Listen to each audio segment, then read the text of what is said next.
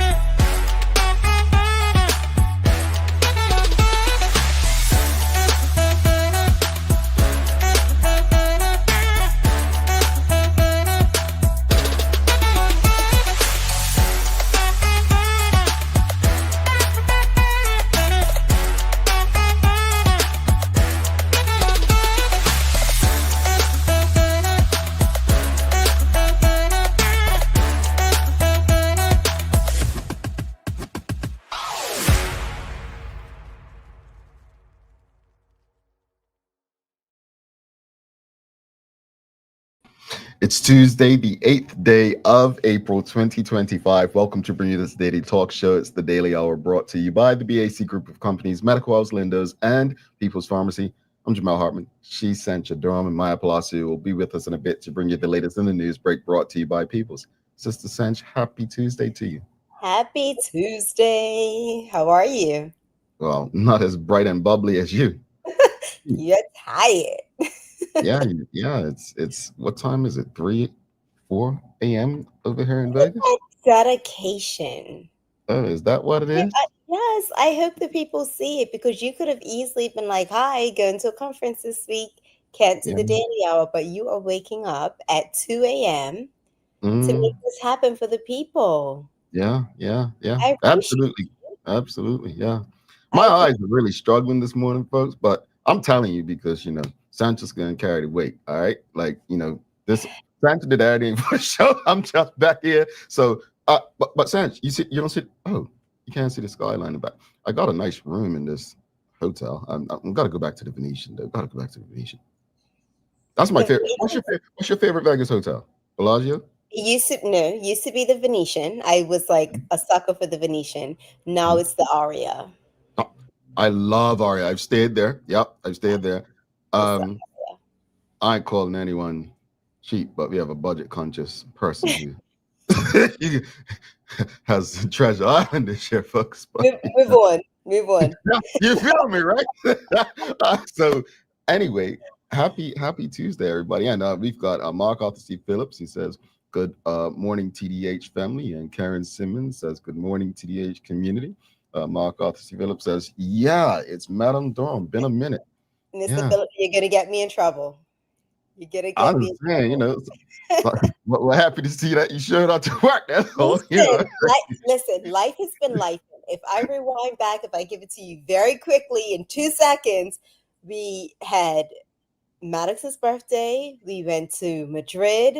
We came back. We had my birthday. And then we had a 2-week Easter break. And here I am. You know what, folks? When I say she shortened that, because she was very busier than that, right? And the funny thing is, I have to look at her watch. I was like, damn, Sandra, where is she? And you find out she was hundreds of miles away. So, that's what happens, Her boss has a rocking and rolling, But props to you, man. You're always on the go. And again, looking refreshed, looking younger than most people who are, 25 these days. See, when you don't drink alcohol and party every night, you can look this good at 44. Get your sleep. Get your sleep and drink your water. Yeah, get sleep, drink your water.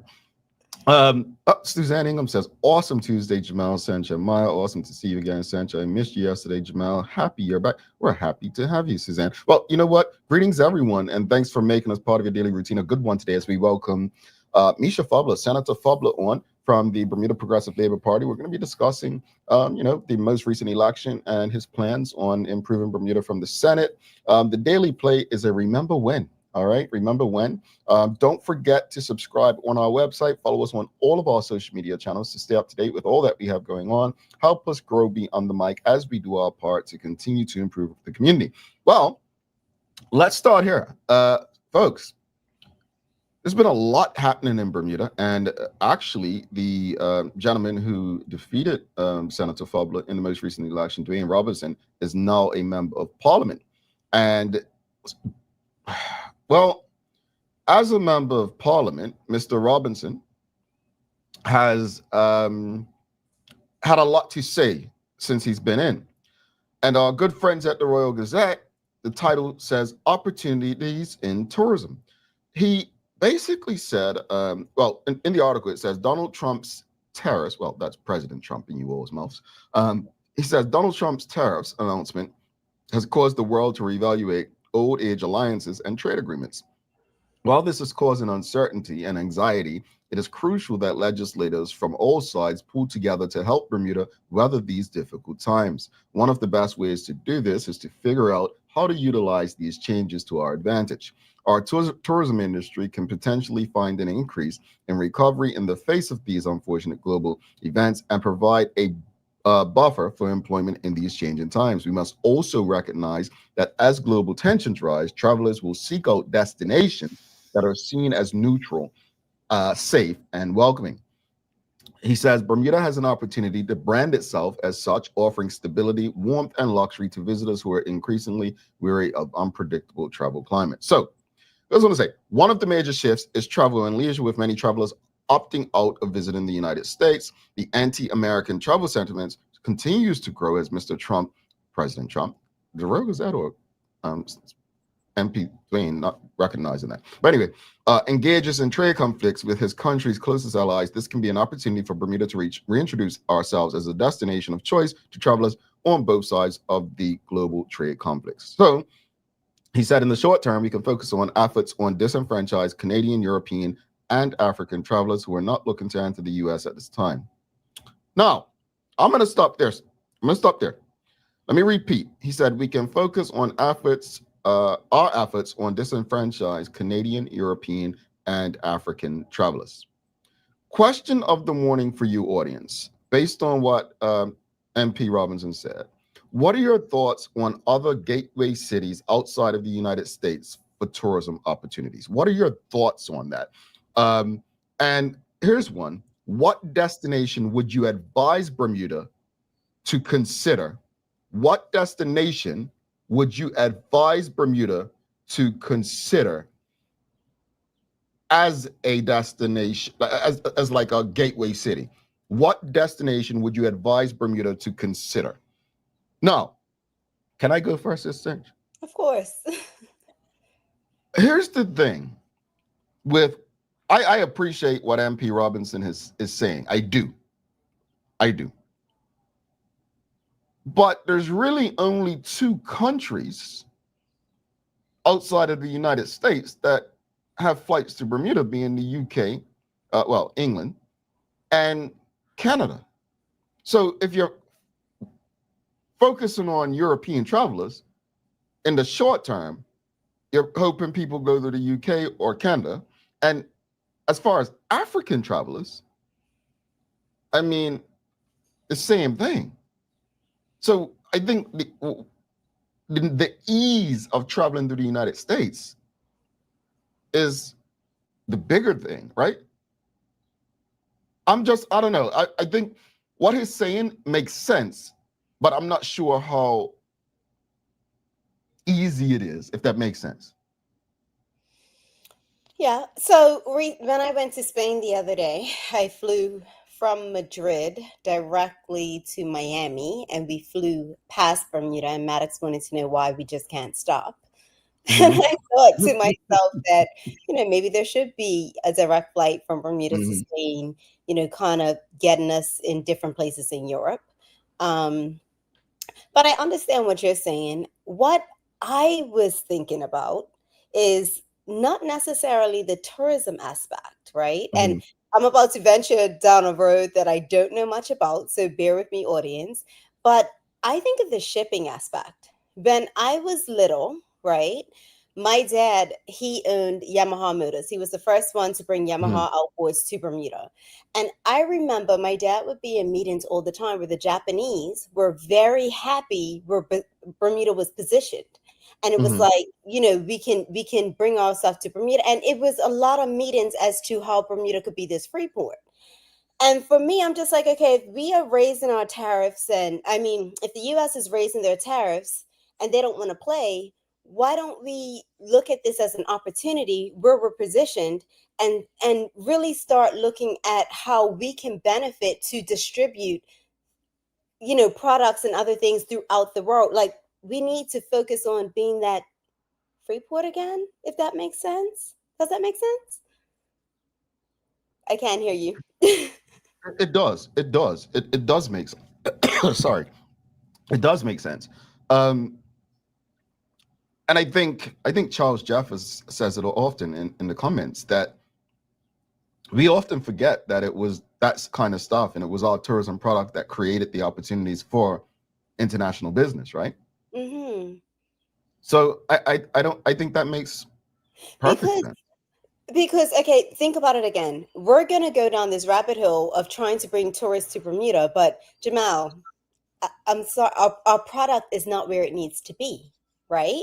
So we're going to spend all of this money going out there saying, come to Bermuda. And then the goal is to have repeat people coming. Like, you want them to come back, but if we don't have enough, or we haven't really solidified who we are as a destination, and we've kind of moved away from that, I'm not sure that's where our focus should be right now.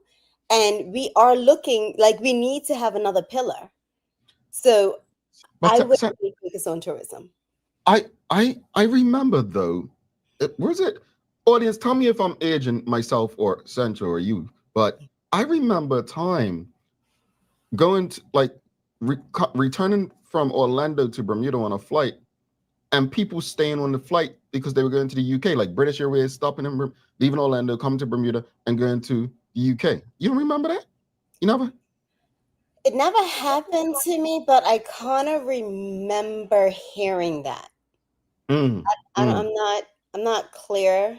Like, I mm. kind of remember. I'm sure the audience will let us. Yeah, yeah. I think that would make. But so you think we should just leave tourism alone? Yeah. Like, But you don't think. if you have articles coming out right now saying how the airlines don't Mhm, even know how they are going to survive through these tariff, mhm, increases, and they are unstable and unsure, I don't think we should throw our hat in that ring. I think that, like I said, where we are positioned, I think mhm, that we are in a very good position, whereas we can actually benefit off of what the US is doing if we kind of spin it. If they don't want to mhm. play with you, take your marbles and go somewhere else. Well, I mean, it takes courage to do that, essentially. So, people got to have it. Suzanne Ingham says, that was my thought, Sanchez. Spain, great minds think alike. Absolutely awesome thought. Um, Derek Hendrickson says, good idea. Make us a hub again. Suzanne Ingham, she says, old as me. She says, or young as me, sorry. She says, yes, I do remember that, Jamal. Stay in the plane. Yep, yep, yep. We've got Mark Arthur C. Phillips says, I believe that the proper name for the concept you're referring to is called transshipping. I don't believe at the moment we have the infrastructure to offer that service. If we don't have infrastructure for a lot of things, but we have to start somewhere, right? Yeah, And I mean, if it makes sense, then we invest in it. yeah, No? create it.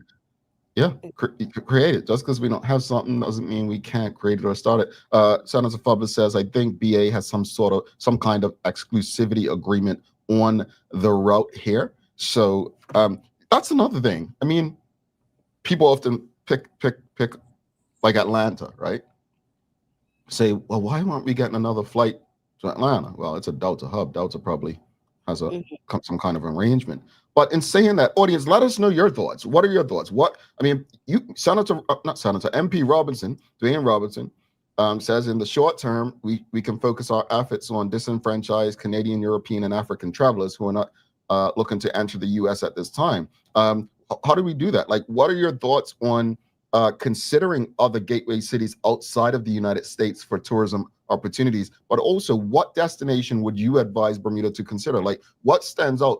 I know people keep saying, oh, we don't have a direct flight to the Caribbean. And I saw a brother say on Twitter X the other day, are Caribbean folks really going to be visiting Bermuda like that? I mean, let's be honest. I mean, to Sancha's I think question, I what's your think number one question about tourism, Sancha? who Who are are we we targeting? That, targeting? yeah, exactly. So, I mean, are we really targeting people in the Caribbean? I asked that genuinely, right? So, If there's a flight that's going to the Caribbean, it's more so for us to get there. It's bingo, I don't think bingo. people are actually going to come from the Caribbean to visit Bermuda. And if you know about tourism, tourism is about, it's not about where we want to fly. It's Yeah. about who wants to fly to us. So truthfully, going to the Caribbean is just going to satisfy our souls until we get bored and or run out of money, and then the flight stops, right? So again, what audience, what destination should Bermuda consider if this is a road we're going to take? The one of I'm sorry, I can't see the comment, but one of the comments was that British Airways has, the monopoly on Bermuda as far as Europe Mhm. is concerned. But in saying that, they are in the same network as American Airlines, right? Mhm. So I'm sure there can be some sort of, because when I flew back, I flew out on British, I came back on American. So I'm sure there's something there if we're talking. I think Spain is a good one. Okay. So I think she loves Spain too, folks. I Mark do. Philip, tourism is tough right now because everyone is going through so much uneasy at the moment with tariffs. Well, I it could think be that. No, go I ahead, think sorry. tourism was tough before tariffs. Oh, for No? Bermuda, heck yes. Yeah. So I don't think, I mean, it's going to make it even more difficult. Mhm, But like I said, we have an issue to begin with, and it does not make mhm, sense putting a band-aid on it mhm, if we're not going to focus on who we are, what we are, and who our target audience is, and really mhm. figure that out and work around that, then we're beating a dead horse. Yeah, So yeah. Let's see. Renee Simmons says Dubai is the hub to MENA. What is it? MENA, Asia, Hong Kong, and Australia. Um, is MENA the Middle East? I Is don't know. that's what I mean? I mean, So why not link through Dubai? Same as Miami links to Dubai. No Caribbeans are coming to Bermuda. Um, yeah, I don't think we disagree with you, Renee. I don't. Well, I don't. I don't know about the rest of the audience. Um, we've got Suzanne Ingham says exactly. I live on an island. I don't want to go to another island. I'd rather go to the mountains, plains, different culture, somewhere else, like the Mediterranean. Well, no, I think Sancha's saying what we're saying is a lot of Bermudians do want to go to the Caribbean. Like the flight to the Caribbean will be for Bermudians, not necessarily visitors. I think that's what she's saying. So, and I don't think Bermuda's culture is like most islands. It's very different. So I don't think going to another island is going to be similar to going to Bermuda. The islands I visited have very different cultures and traditions than Bermuda. So so Shikarena says, let me read this one real fast. She says Turkish Airlines is a good airline. Why did I read hairline and not airline? I'm sorry. you're watching too many of those videos. This video see Dr. Kai One Brown, stop that. But nah, flies to Dubai, etc. Have you flown Turkish Airlines? I haven't. I haven't. Okay, Yeah. okay. I You was gonna just say going to say what Renee. So mhm. MENA is Middle East, North Africa, Northern Africa. Thank you for that. You all can't use acronyms with me. I'm not, as advanced as you all. So thank you for that, Renee. What else, audience? What else? We're gonna bring Maya in for the daily hour news break. Then we'll get to we'll bring in Senator Mischa Fubler for conversation today. As you can see, I've got my the bags under my eyes are showing. It's what time is it So, here? I'm in Las question Vegas. for you: are you going What? to go back to sleep, or you're up for the day? I have a meeting following this, and so I'm working on about 4 hours sleep, man. 4 hours sleep, and yeah, back to work to this conference. It's been a very busy conference out here. It has been very rewarding. One of the focuses of the conference is local, and it's funny because we had Jonathan Howells from the Bermuda Press Holdings Royal Gazette on Friday, and last year the theme was AI, and it's still a lot of AI this year, but it's more like not seeing AI as a threat, but how we can, improve our communities local with using AI. And I'll speak passionately about this one day, But this is my biggest challenge with Bermuda media right now is, and Sancha probably is very relatable to this. You can't do this job and not be involved in the community and be among the community. And that means, and this may sound crazy, but that's the lost aspect of media today. You have people who, and this is no shade on anyone, but I give up props all the time. We don't have any Patrina Power Girl painters left in this space where you're out and about in the community. We have people who, are DJs and they play in clubs. They're not community people. They're not out there banging. They're not coaching the community. They're not doing things that are not going to garner them attention. And so being part of the community is pretty much the theme of what we're experiencing this year. And I know Sancha and Mia want to do more of that stuff, and always kind of I push back. And I've been honest about it. It's about what we do and how we do it, because what I don't want us to be is I don't want to go to a soup kitchen and be on camera. Like, I want to be effective. I want to change. I don't want to do backpack giveaways and stuff like that. No, because if a child still needs a backpack the following year, it's about us, not them. So I'm looking forward to exercising some of the stuff that we're learning here and bringing it, implementing it, so that we can actually move our community forward. But it's been tiring. I think I have my first blister on my feet since I played football, and that was so long ago. I'm talking like 30 years or something, folks. So a lot of walking. I told everyone wear comfortable shoes, Sancha, and then I didn't do that. I saw your shoes on day one. I said, "Oh, they're nice, but they're so uncomfortable." Yeah, you don't wear jazz, boy. You don't wear, you don't wear jazz. And then my other ones are Air Forces, and those are kind of heavy. So you didn't think this through. You need some dad shoes. What the hell are dad shoes? Some Asics, some New Balances. Oh, they're fashionable now. You can wear those. I don't think I've seen a brother in Asics or New Balances. Go and get you a pair. I'll send you a picture of what you need. I'm gonna ask Senator Fubler if he's got some Asics. Oh, he does. You think? I'm sure. I'll put $5 on it. Okay, $5, folks. Sanchez got real quickly before we do the news and bring Senator Fubler in. So whenever I come to Vegas, folks, I'm not a gambler. Right? But whenever I come to Vegas, I give myself $30, $50 to use on the table. So said, I'm gonna put 20 on black my first night. What you think happened? You lost. I put 20 on black. I lost it. Next day I said, let me put 10 on red since I went on black the other day. What do you think happened? You lost it. So I got to learn from somebody. Got $15 they gave me, and I turned it.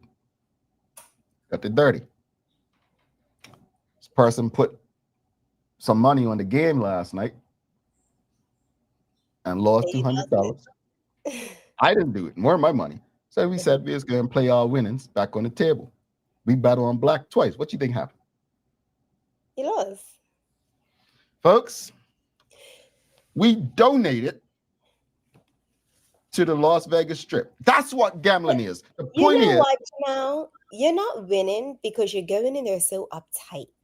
You're expecting to, and you got to relax into it. Okay. Yeah, you're putting it down and you're tense, and you're overthinking it. So I need all right. You got to relax. It could feel the chip could feel my tension.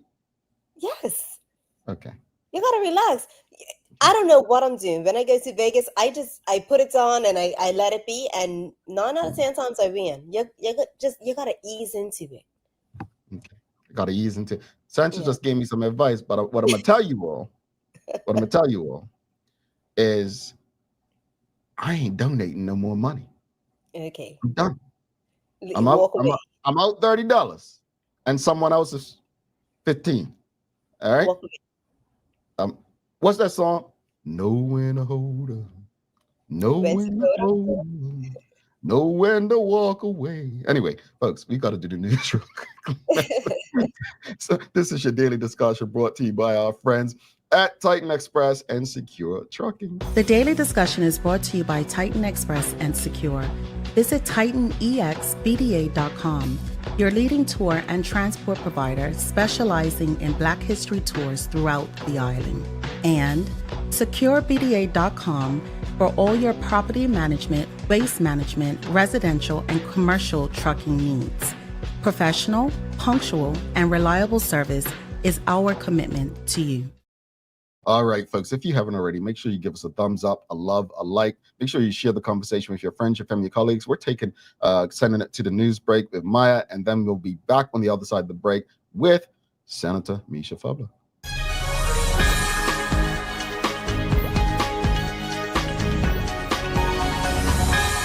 Good morning. This is your Daily Hour News Break brought to you by the good people at People's Pharmacy. Shortly before 11:30 p.m. on Monday, April the 7th, police received a report of gunshots at a residence on My Lord's Bay Lane in Hamilton Parish. Evidence was recovered at the scene to confirm that a firearm was discharged. None of the occupants at the residence were injured during this incident. An investigation into this matter is now underway, and police are requesting residents of My Lord's Bay Lane who may have security cameras on their premises to please check the devices for any suspicious individuals or activity which may have been recorded shortly before or after the time of the incident. Anyone with information that could assist with the investigation into this matter is asked to call the main police number at 295-0011. In other news, Premier the Honourable David Burt outlines the government's ongoing action to protect Bermuda's supply chain. As an island, Bermuda's connection to the rest of the world relies heavily on shipping. Almost everything that we use, from food, household goods, vehicles, and fuel, arrives by sea.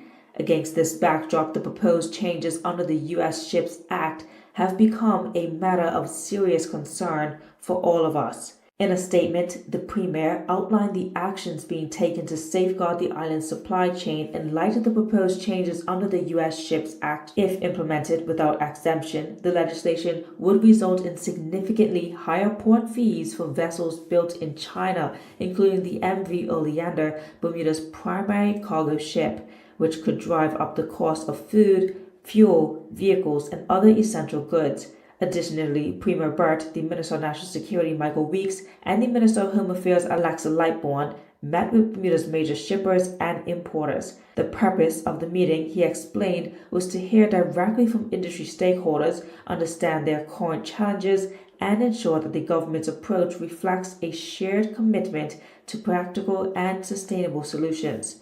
The Premier stressed that if the proposed changes were implemented without exemptions or consideration for the unique circumstances of small islands like ours, these measures would impose significantly higher port fees on ships that supply Bermuda, including the MV Oleander, which is a major link to our supply chain. So, how are we combating this? Well, the Premier said he wants to assure the people of Bermuda that your government is acting with urgency and determination to meet this possible threat.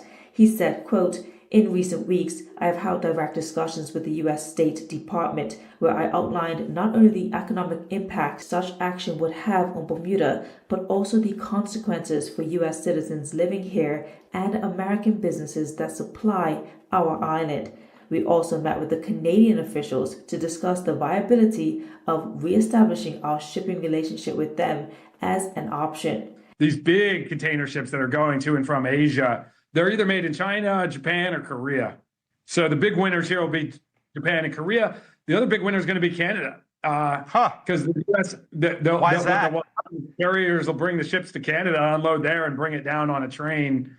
So, yeah, it's interesting to see how it's going to play out. We are exploring all possible contingencies to maintain the continuity of our supply chain to shield Bermudians from further increases in prices. We are taking these actions guided by the wisdom that while we hope for the best, we must prepare for the worst and be ready to act in the best interests of our island home. And as for your weather today, there should be some turning cloudy periods with rains and showers which had developed overnight. There will be strong gusts in and around any showers throughout the day, and you have a high of 75 degrees. And that's your Daily Hour News Brief brought to you by the good people at People's Pharmacy. I'm Maya Palacio. Drive safely, Bermuda.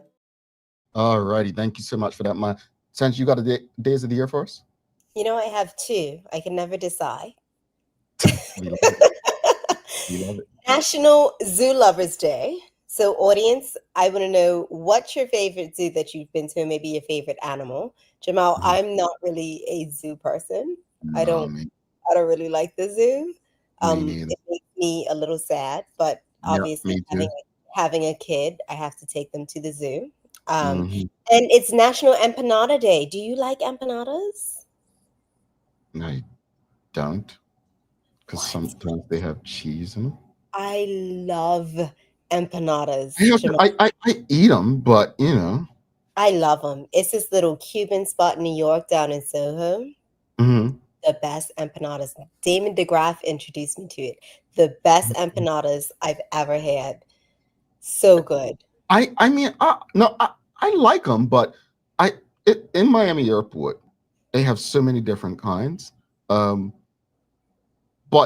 it's like Jamal, where I got disappointed. I really wanted this empanada one day, and they only had ones with cheese in them, and it just really upset me. So Jamal, I've had it out for them ever dude, since. you're gonna stop.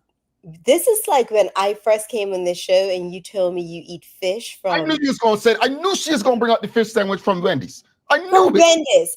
Jamal, why are you buying empanadas in the airport? Why? because it was Miami, Sanj. No, Jamal, that does not. It was Miami. It's not authentic food if it's in an airport. It's not. I hate to break it to you. I don't care if it's in Miami. I don't. So It's you're telling me the fish sandwiches sold at LFB International Airport ain't good? Don't do that to me. No, they're not. Seriously. Don't do that to me. I'm But pissed. I would not. Let's put it this way. I would not buy a fish sandwich at the airport. I would leave a little earlier and I would stop at a Mamma Mia's or Okay. you know what I mean? Like I would get an authentic fish sandwich. Here I'm we not go. going to get it at the airport. Who goes to an airport and expects authentic food? I'm just saying that's my last experience of an No, empanada. That's all. let's get you somewhere else and we'll go have an empanada date. And folks, I ain't had a fish sandwich from vendors in years, all right? Shucks. That was like 5, 10, 12 years ago. Anyway. All right, let's take a break. Come back. Bring Senator Fubler in. Oh, that's why you got to bring out the fish sandwich, everybody. I mean, hey. Folks, you don't want to miss what we've got coming up there. Stick with us. People's ACW, located at King Edward VII Memorial Hospital, carries over-the-counter medicines, toys, cards, and even toiletries. Our knowledgeable staff are there whether you're at emergency, visiting family, or a member of BHB staff, to show you our best even when you're feeling your worst. People's ACW, we're here for you.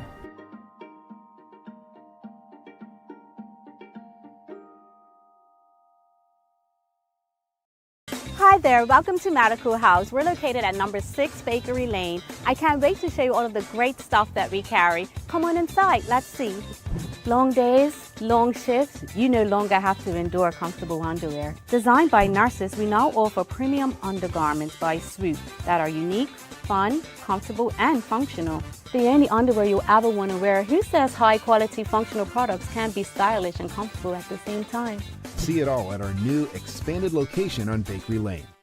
Attention home renovators and design lovers. Your dream space starts here. The brand new Kohler retail showroom at BAC Group is now open, bringing you up to 35% savings on all Kohler products at U.S. manufacturer suggested retail prices. That means no extra fees, no freight, no wharfage, no duty, no document processing fees, just pure cutting-edge Kohler design at unbeatable value. From sleek kitchen and bathroom faucets, vanities, toilets, to statement sinks, walking tubs, and spa-worthy bathtubs, BAC brings innovation and luxury within reach. Visit the BAC showroom on Mill Creek Road today for style, quality, no surprises. Just color from BAC. Discover Drop It, your go-to grocery delivery. Browse and select from a wide range of groceries, from fresh produce to daily essentials. Our friendly drivers deliver fresh groceries to your door fast, saving you time and hassle. With Drop It, you get fresh groceries delivered fast so you can focus on what really matters. Drop It, freshness at your doorstep, delivered to your door with Lindo's. Why go anyplace else? Dreaming of expanding your business?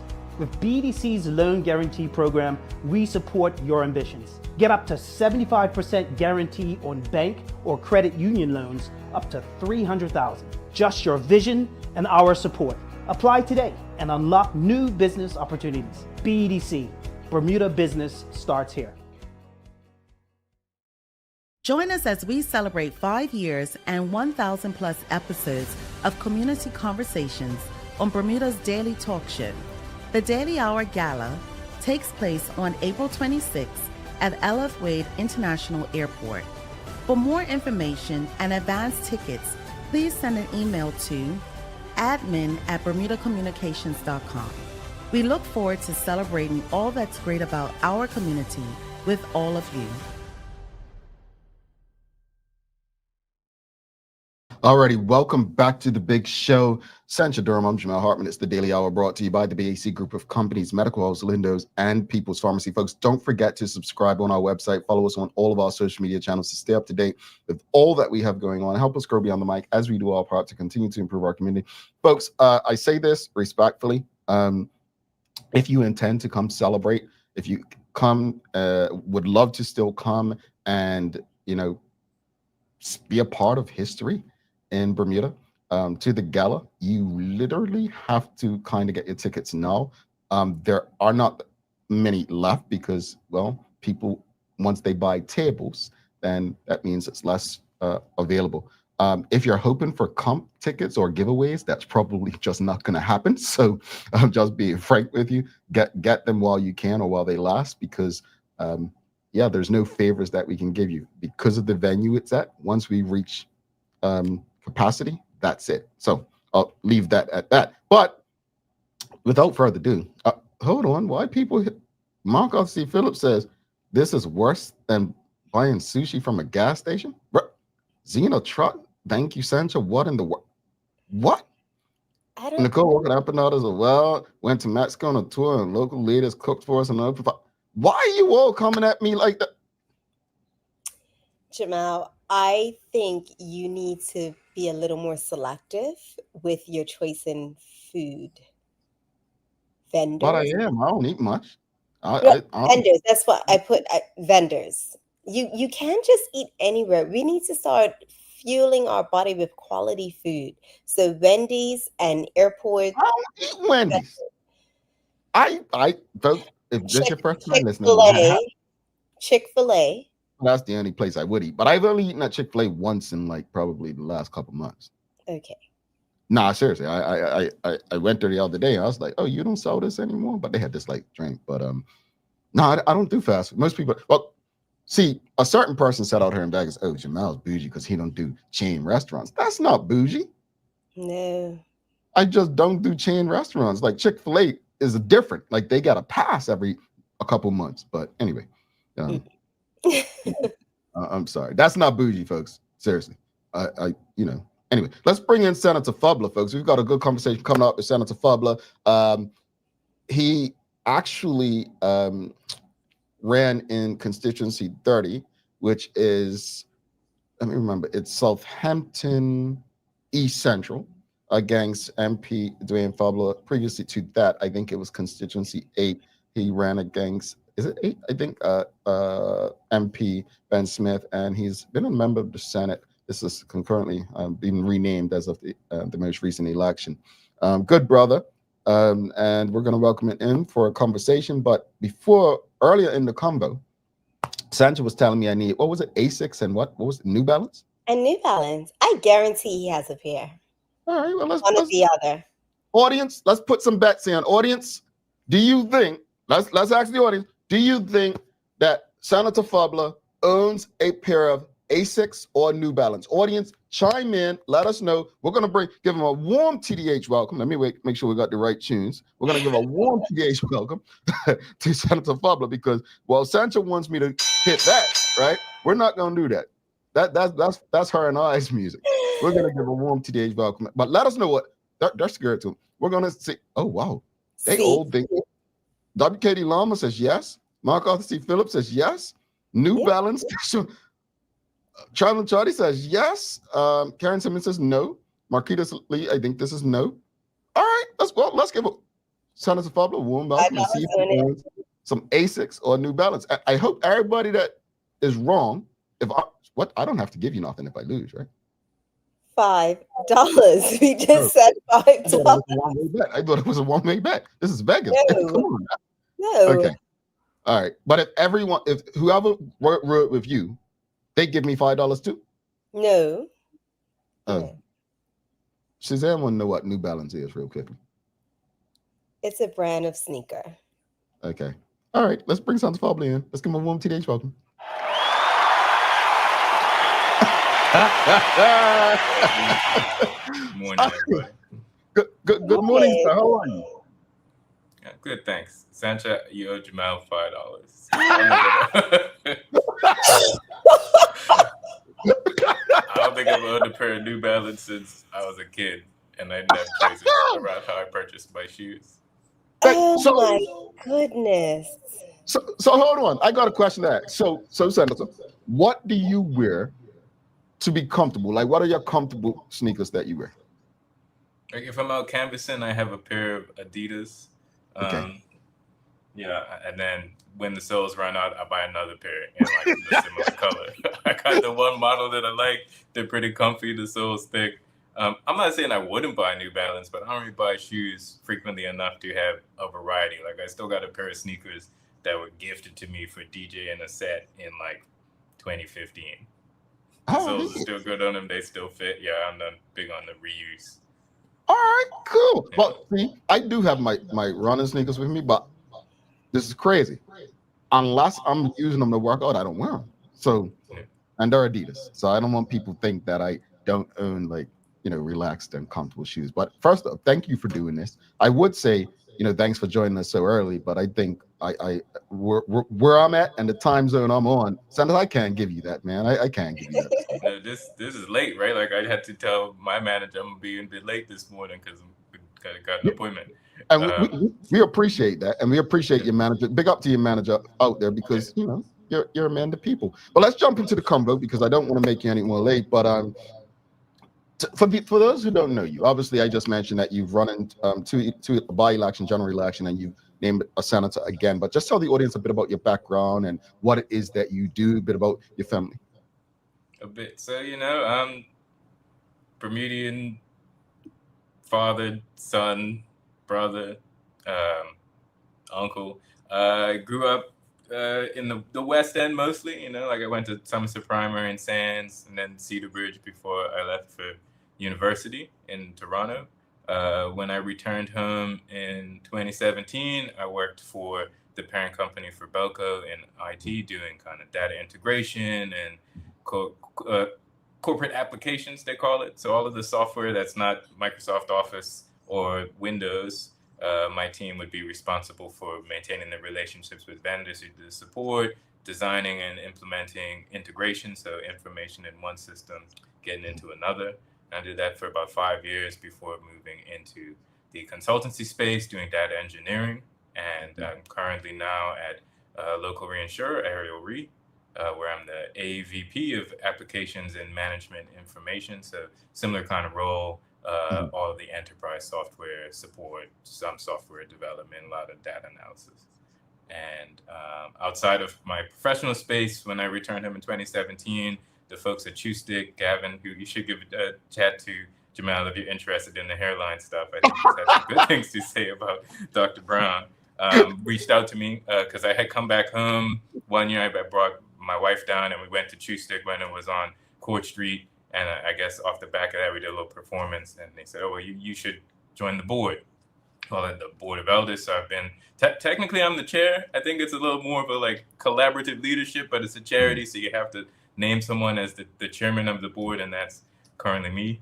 And then in 2020, I also, I think I said when I was on a couple years ago, I reached out to Kristen White, who was soliciting people interested in kind of getting involved in some social justice advocacy. And so I'm one of the founding members of Social Justice Bermuda as well. Okay. And yeah, 2023 was that by-election in Smith South where I ran against Ben Smith, who coincidentally is a resident of Constituency 30. So I got to canvass his place during the general election. And I was unsuccessful against Dwayne Robinson, who is now an MP. We're going back real quickly. I'm glad you did mention working in because you didn't say, you said father, son, and I was like, he's going to end up like Teo on the coach. I'm trying that. So I have chats with him too, right? Like he's another constituent. I won't put him on blast, but like I told him when I saw him at the polling station, I'm actually a stan, right? Like my cousin Mandela and him used to make music way back in the day. And so I remember like I told him the first song I recorded stuff on was a beat that he made. Wow. Yeah. Okay. So I'm glad that we asked that question, people's backgrounds, especially, as you mentioned, the things that you're doing. I mean, I didn't know you were involved with TrueStick, and also your IT background kills that stereotype I think has been created about Bermuda politicians that they don't have careers or jobs. But truthfully. So thank you for providing that. And audience, if you have any questions or comments for Senator Fubler, please send them through. You're fairly new to politics, as you mentioned. 2023, you participated in the by-election against your constituent, now constituent, MP Ben Smith. But what led you to it? I mean, obviously you were doing advocacy already, but what led you to actually say, you know what, I am getting into politics? So, I guess it's multifaceted, right? Like one part of it was we were having some success with the work that Social Justice Bermuda did, but I was keen to kind of take it to the next level. Advocacy is often reactionary. There's a thing that's happened that you or people don't like, and so you do some work to change that. You have a prime example of that with the draft. And I also had the frame of reference, like I knew it was possible. Like a lot of people, politics is this elevated thing, and I don't know, like for family have been involved. Gilbert Darrell is my grandmother's brother, and so he was a PLP MP back in the 70s, something like that, and was one of the founding members of the NLP when they were asked to leave the Progressive Labor Party back then.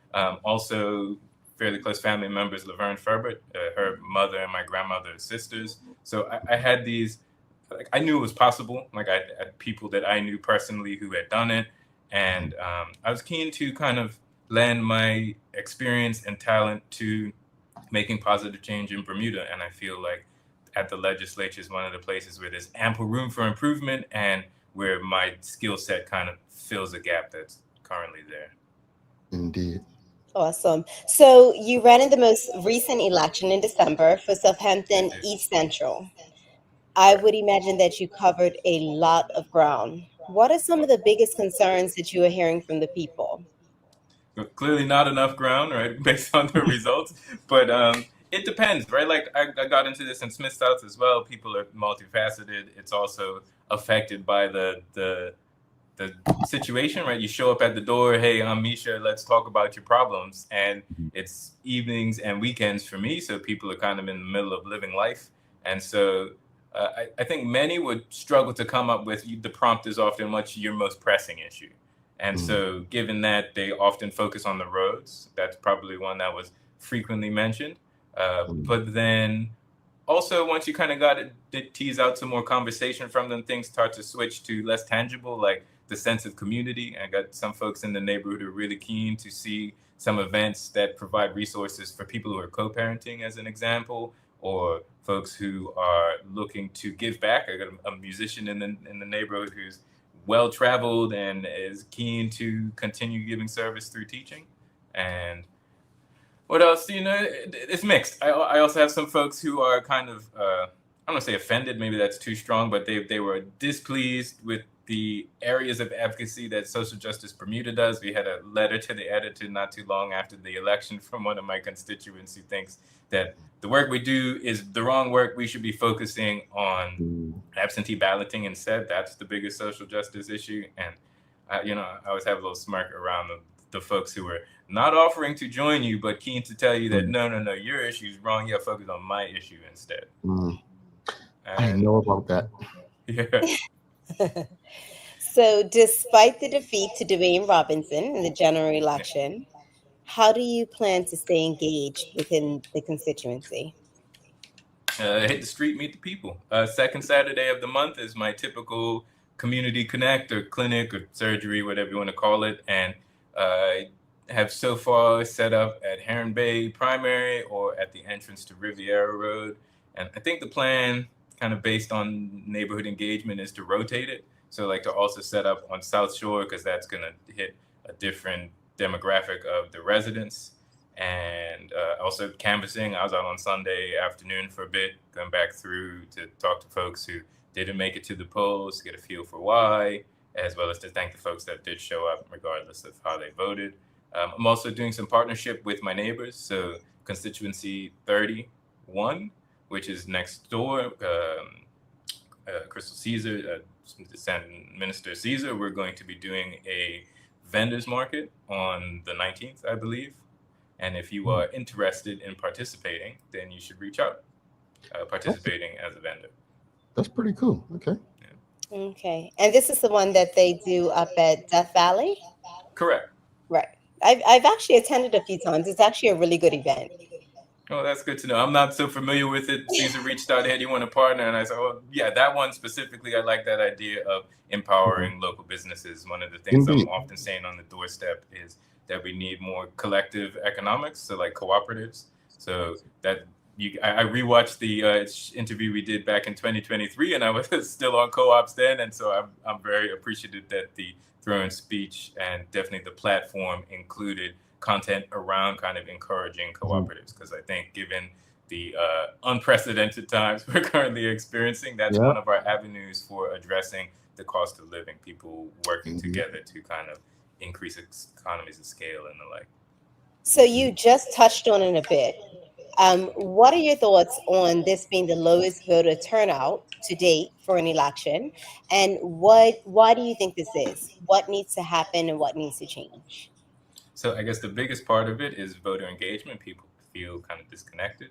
Part of that is on us. I often in caucus, and whenever I get a chance to harass some of the cabinet, we need to be transparent and proactive in the communication. And so you can see it's starting to trend in the right direction. That's something I continue to push for. But another part of it, I think, what's his name, MP Faye, the OBA touched on it as well, the voter registrar. And so I don't have a feel for how significant the issue is, but I know from going through the neighborhood, there's a bunch of places where clearly no one's living there right now, right? Like it's empty, they're in the middle of renovation or renovations have stalled, or I go and knock on the door and there's 2 sets of families listed, and the people I actually make contact with are like, oh, so-and-so, I bought the house from them 4 years ago. And so he brought up the kind of need to take a different approach to how we register. As it is now, once you're on there, you're kind of on there until somebody challenges it and the registrar can confirm that you no longer reside, normally resident, I think the terminology they use. So combination of those 2 things. And so after my branch did the postmortem from the election, we settled on the biggest thing we need to focus on is rebuilding the branch. Like no slight to the team that I work with, many of them are stalwarts of the Progressive Labor Party. I got Valerie Dill, who's still out there busy in the community, and Victor Fishington, who's a former chair of the party. But, you know, they put in their work. And so I'm turning to folks of younger generations to do their stint, right? Let's work together to help improve the community. And so if you are politically minded or you are very passionate about things that you think need to change, I encourage you to reach out. And part of my strategy is to go back to the folks who gave me the biggest lashings on the doorstep to say, well, you've got issues and maybe some ideas for solutions, so let's work together to make those happen. I like that. So you were chosen to sit in the Senate as junior minister for the Cabinet Office and Innovation, Tourism and Transport, Culture and Sport, and Public Works and Environment. That's a lot. Wow. Many hats. And so part of it, right, is in the Senate, I think you need to be the junior minister, or at least identified as spokesperson for that ministry to do things like read in bills or share ministerial statements. And so that's part of it. But it also kind of plays into my professional experience in education, right? The Cabinet Office has the Information and Digital Technologies Department in there, so IT. Government IT is in there, and digital transformation is something I'm passionate about and have firsthand experience with in my professional life. public works and the environment. I've been, since the start, really keen on environmental issues. Like, I run solar at home, I drive an electric car, we got the composter outside, we had a garden for a while through the pandemic that we're going to be getting back to soon. I also have a bachelor's degree in urban studies, which is city planning and sociology, like a combination of those two things. So you learn about how cities develop over time, the importance of public infrastructure, how land zone allocation can affect long-term, not just what the city looks like, but how people interact with it. And so on top of that, the tourism, transport, culture, and sport is, again, public infrastructure, the transportation, and then culture. And that, like chairman of the board for True Stick, I still make music as a hobby. My wife and I are working on a children's book that focuses on the progressive group, the folks that kind of led that theater boycott that ended segregation in Bermuda. Culture as well, like my uncle, my dad's brother is Glenn Fubler, and so feels like every other week he's calling me up with here's a new thing we're going to be doing, can you come by on your lunch break or on the weekend? And so I feel like I'm a good fit for those three, though it does keep me very busy. Yeah. Wow. So, what are some of the challenges that you are facing in this role? The biggest challenge is at home. Like, I'm fairly involved with the day-to-day, right? Like, I get the kids ready in the morning. I'm often doing the bedtime routine when I'm here. But the politics is a significant time commitment. Like, often when I see the dialogue now around the kind of frustration with parliamentarians getting a raise, it's like, well, 2 to 3 days a week in the evening, I'm not here. I'm not seeing the family at least once a month, sometimes twice a month. On the weekend, there's a thing. And then everybody's got an event that they want someone from the legislature to attend. And so on top of that, working a day job and then finding time, typically on my lunch breaks or in the evenings, to coordinate with the government departments around initiatives they have on the go, like the digital transformation as an example. You know what? Let's talk about that real quickly. That has been the big topic outside of Trump's tariffs and tourism. It has been about the raise in pay for politicians. I've said on this show long before this came up that if you understand the historical ties to why the pay is what it is, then I think most of us would be in support. However, I think due to the state of what many feel the country is in, well, I shouldn't say many because the government's still the government, but there are a lot loud voices, I should say, who oppose it. But where do you stand on it as a senator?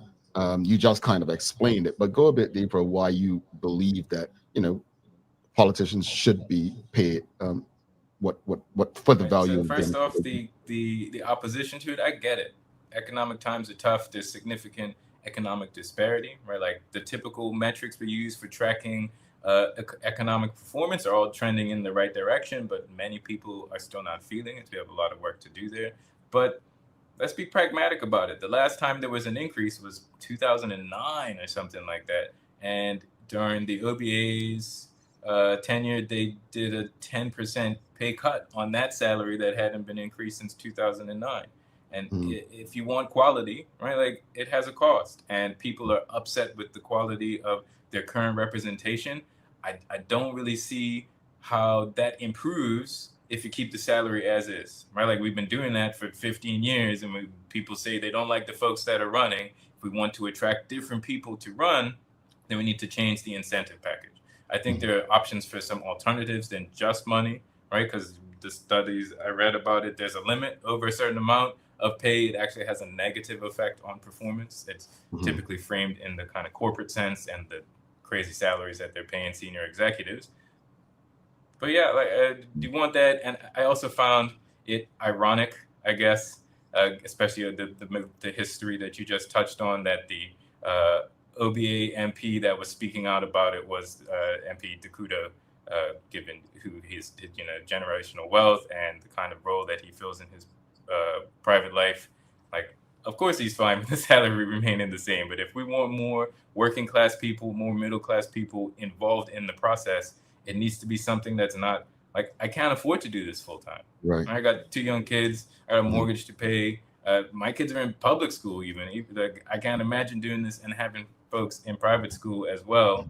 And Senate pays $36K a year, like $3,000 a month for 20 plus hours at least, on top of I want to be informed. So now when I'm bringing a bill, I'm reading through it, I'm liaising with the technical officers, I'm doing research of my own to say, well, what are other jurisdictions doing? That all has a cost. And if I'm sacrificing family life, I feel like it's not unreasonable to be compensated fairly. Yeah, I remember Glenn Blakeney, my former boss, former MP Blakeney and Minister Blakeney, explained to me the history of why politicians were PLO, and I've spoken about it on the show. Don't want to go into it, but folks, ask somebody. Like it's fascinating to understand why. I get the opposition to it, but I actually agree with all you just said. Got a question from the audience. Charles H. Jefferson II. He says, what are Senator Fubler's thoughts on true election reform, absentee ballots, early voting, fixed term elections, and an elected Senate? So I encourage you to listen to the my reply to the throne speech, I think 2 Wednesdays ago now in the Senate, where I asked some questions of the public around that. Like, what do we want to see? Clearly, absentee balloting is something that's been pressed for. Again, kudos to the organizations like Bermuda Youth Connect, who are pretty aggressive in pushing for that. But we all, it should be collaborative, so we should all decide on what it is we're looking to see. I think it's a given that it's students, but is it people that are also seconded to other jurisdictions for work? Should it be people that have left for a specific amount of time? As it should be open-ended? Like, is it fair that someone who's generally not paying taxes and has already established a life somewhere else and can vote there as well, possibly, should they then also be able to have input in how we direct politics? At the same time, if we're looking to encourage people to return, maybe that's an incentive. I don't know. It's open-ended there. The type of voting is something I'm keen to see change as well. I've posted online about it and brought it up in discussion, things like ranked choice voting, where you say, hey, well, this is my number one choice, but if they don't win, then give my vote to this other person. And that could encourage more kind of experimentation in voting patterns. You saw in this last election, there people said unprecedented. According to MP Swan in the House, there were a similar number in the 80s or 90s, which kind of pans out when there were 40 seats and 2 parties plus some independents as well then. I don't know. And then I also asked around the Senate, should it remain appointed? Should it be elected? Should it be proportional representation, where based on the vote split across the island, that relative number of senators are appointed for whoever got, so, the PLP has 25 seats. So that percentage of 36 gets applied to how many senators they get. And the OBA has 12. So again, that percentage. And then does that leave room for independents? How do you sort out the independents? Should there be fewer senators? Should there be more senators? It's fairly open-ended at this point, and we're keen to hear from the public their thoughts. We've kind of kicked off the consultation campaign with our youth wing. They had a meeting at least 2 weeks ago, I want to say. And so I attended, as well as the Minister Rebane, who's the Minister for the Cabinet Office. We've been tasked with this electoral reform. I guess the one thing I'm kind of set on pushing for is that it's not mail-in ballots. I think we should look to do something that leverages technology, primarily because there's still going to be an element of disenfranchisement if we do it in the mail, right? To be fair to the post service, once that piece of mail leaves Bermuda, they have no control over it, right? And so now it's got to get to the UK. You need to be able to receive it and then mail it back within some kind of deadline. The places I looked at already, like Canada and the UK, the onus is on you, the voter. And I think some of them want arrival, not even just that it's been postmarked, I guess, for the kind of timeliness of tallying the counts. But then, so how does that work? Unless you have the $100 to courier it back to Bermuda, does your vote get counted if it's a mail-in ballot? And there are places that do live, like Singapore has one of the kind of industry-leading electronic ID, which I think is something we could look to implement something like that here, which could then be used as your identifier that it's you and you're only voting once, sort of thing. But I don't want to preempt what comes out of the consultation from the public, and so I encourage you to shoot me an email or reach out to me on social media if you have ideas. All right. Final question. As a senator, what do you believe you can do going forward to improve the well-being of Bermudians? It's again, maybe it's just the decibels of those who are unhappy, but the loudest voices seem like the unhappiest voices. What do you believe you can do as your role as a senator to kind of change people's fortunes? So there's two pieces there. One, with the public itself, I spoke to at the last Senate sitting around this idea of the Overton window, which is a range of things that are very much acceptable by everyone. It's policy to things that are unacceptable or radical ideas. And the guy who made it popular kind of spoke to this idea that politicians should not be trying to change where the Overton window sits around ideas about how we should live our life, but I disagree. So in the Senate, I often add a motion to adjourn, or while speaking to debates, bring new ideas like, should we change how we measure success? Right now, that's kind of GDP and unemployment, but the OECD has the Better Living Index, 11 or so metrics that we can pick from to identify how well we're doing as a country. Things like access to housing, mental health. There's a variety of them. I encourage you to look out. And then also internally within the party, right? It's grassroots, but the things filter up through caucus into cabinet. And so in that space, I am advocating for things that I'm getting from my constituents and things that I feel strongly about. And so those two things kind of helping to change public perception around ideas that are acceptable, as well as kind of continuing to shift the party further to the left. All righty, Senator. It's been a pleasure having you. And you said you're easily accessible. People could find you everywhere and anywhere, right? Mischa.Fubler on TikTok, Instagram, Fubler on Twitter. I'm on Facebook. Mischa.Fubler at plp.bm if you want to shoot me an email. If you get the flyers in your door, my cell phone number's on there. Reach out. Someone reached out this morning and went grab a coffee, and they said, sure, this is my schedule next week. Let's make some time work. All righty, doing the thing. Thank you for making time for us. Appreciate you. Do the work of the people, and I'm sure we'll be in touch soon about something that Sancha finds issue with. Okay, make sure you give them the $5 for the no ASICs. Thank you. Thank you for reminding me. Make sure you get you a pair of ASICs. My next shoe buying cycle. The ones I have now, the sale's still pretty good. There you go. Thanks so much. We'll talk soon. Have a good one. All right, folks. Senator Fubler, if you appreciated the conversation, give us a thumbs up, a love, a like. We're going to take our final break. Trust me. Folks, stay tuned. You want to be a part of this daily play. And am I going to need help? I'm confident Sancha's not going to need your help. All right? Okay. Stick with us. You want to make sure you got this. I hope Senator Fubler sticks around for this one as well. April is National Child Abuse Prevention Month. Children depend on every single caring adult in our community to make sure they are safe from sexual harm. Keeping them safe not just in April, but every day. Whether you're a parent, a guardian, a grandparent, an aunt, an uncle, or a caregiver, we ask that you take just 3 hours out of your busy schedule to learn what you can do to make sure the precious children in your life are protected. They are worth it. Join the SCARS certified adults by simply visiting our website to sign up for a free SCARS training session.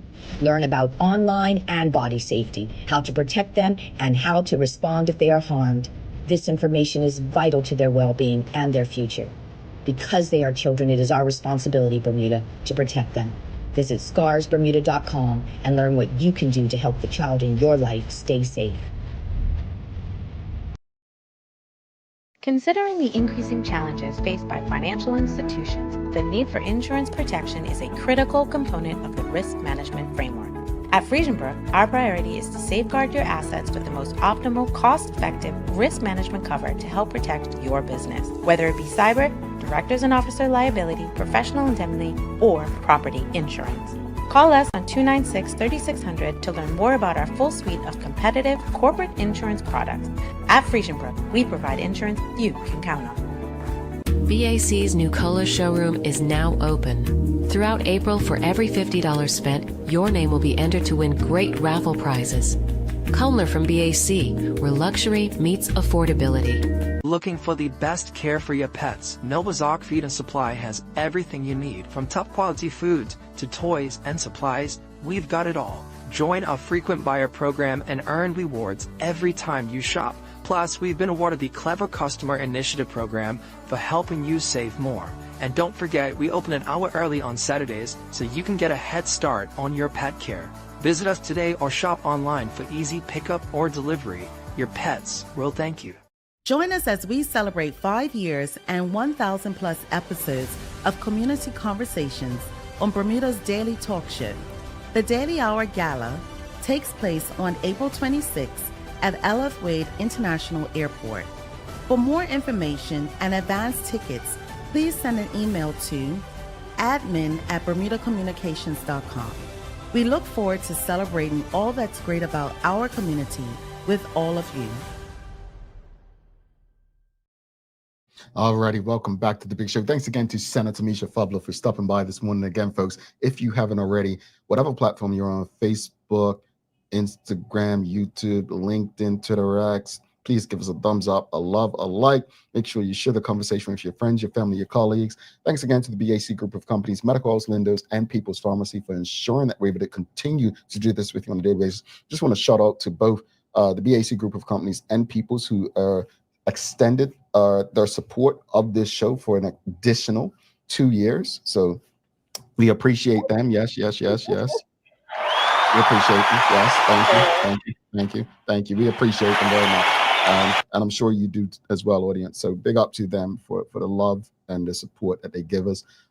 It is time for the Daily Play, brought to you by Bermuda Trivia, now available at stores throughout Bermuda. Follow Bermuda Trivia on Facebook, Instagram, Twitter X, and TikTok to find out why it's Bermuda's favorite trivia game. All right, Sancha, are you ready? Okay. All right. Okay. You make me nervous with these. I feel like I freeze up maybe 6 out of 10 times. I said you got this. Okay, let's have it. You got this. All right, audience. Here we go. It's a remember when. All right. Okay. Who represented the PLP in Southampton East Central Constituency 30 prior to Senator Mischa Fubler? I don't got this. Huh? I don't got this. I don't know. Oh, I thought you had it. Audience, help me, please.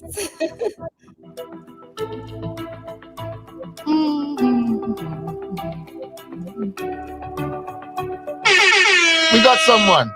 We got someone. Jason, well, yeah. Sheldon Fox got it. Charles H. Jefferson II got it. Brother Richard Scott got it. Traveling Trotty half got it, like half. Sheldon Fox. Jason Wade. Jason Wade. I guess he wasn't memorable enough because cousin Mark Arthur C. Phillips says I don't have a clue. I was with Mark. Yeah, so you didn't remember who? All I right. didn't. Folks, I tell you what, if people can't remember you, well, I'll leave it at that. Anyway, Sanj, let's wrap it up. Final thoughts on this morning's topic about destinations and that Bermuda should consider, and then the conversation with Senator Fubler. So, as I stated this morning, I'm not quite sure tourism is what we should be focusing on. I think that there's other opportunities, and I think that we should grasp at those opportunities while they're there. We don't really have a tourism product to promote. So, I mean, but we could be a destination, as it was said, with the audience, as kind of an in-between, right? Yeah. With our interview today with Mischa Fubler, I think we both sat there looking, because I kept thinking, okay, so what else does he do? What else has he studied? And it is so refreshing to have someone that has so much knowledge and experience, and just this is the type of talent that we need representing us, in government. So I'm happy that he's been put in this space, and I can't wait to see, where he kind of leads us and see how he grows in this political realm. Indeed. It's something, and I'm glad you said that, because I want to go back to something Charles H. Jefferson II said, because I want to respond to it.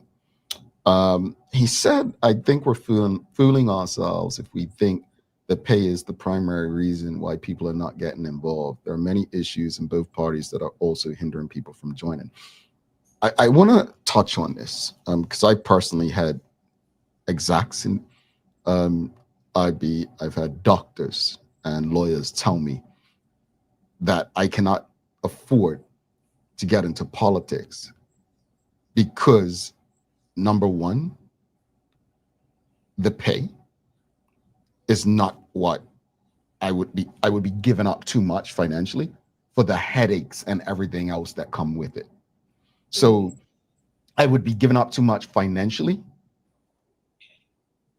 for political entities that don't necessarily align. And the only way to really make a difference is the current political entities, because for a new political party, it's going to take a few election cycles to actually make inroads. So pay is maybe not the primary issue for everyone, but it does matter. And let's just be honest, right? We can sit here and act like it's service all we want. Money talks. That's the reality. You know what I'm saying? Like, I personally don't do things for money. That's me. But I know that I think and act differently from most people. And I'm okay with that. But I think we are fooling ourselves to act as if a doctor or exec who's making $300,000 plus a year isn't going to reject politics because of the pay being so low. So I think we have to be realistic about that. There are people who just don't have that stress in that life. So for them to consider politics and of that service, you're going to have to meet them more, like make it worth it value-wise. As Senator Fubler said, I'm missing out on family time.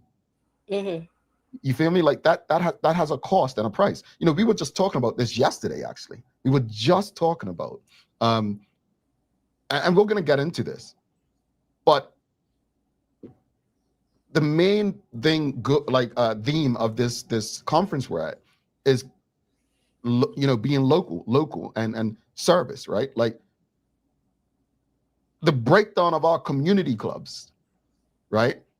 Not only is it because we have so many of our best coaches being poached by the Soldiers Work Academies and the BAAs and all these clubs that didn't really care for Black people, right? But those coaches once poached take our players and go to these places, right? And we don't even discuss how that impacts the way we live. And then when I coached at North Village, I gave the club back the pay that they gave me because I was able to do that. People are not able to volunteer their time anymore. So I think we're fooling ourselves, honestly, to think that money doesn't play a role. There are people who are struggling to live right now. They can't donate and give service.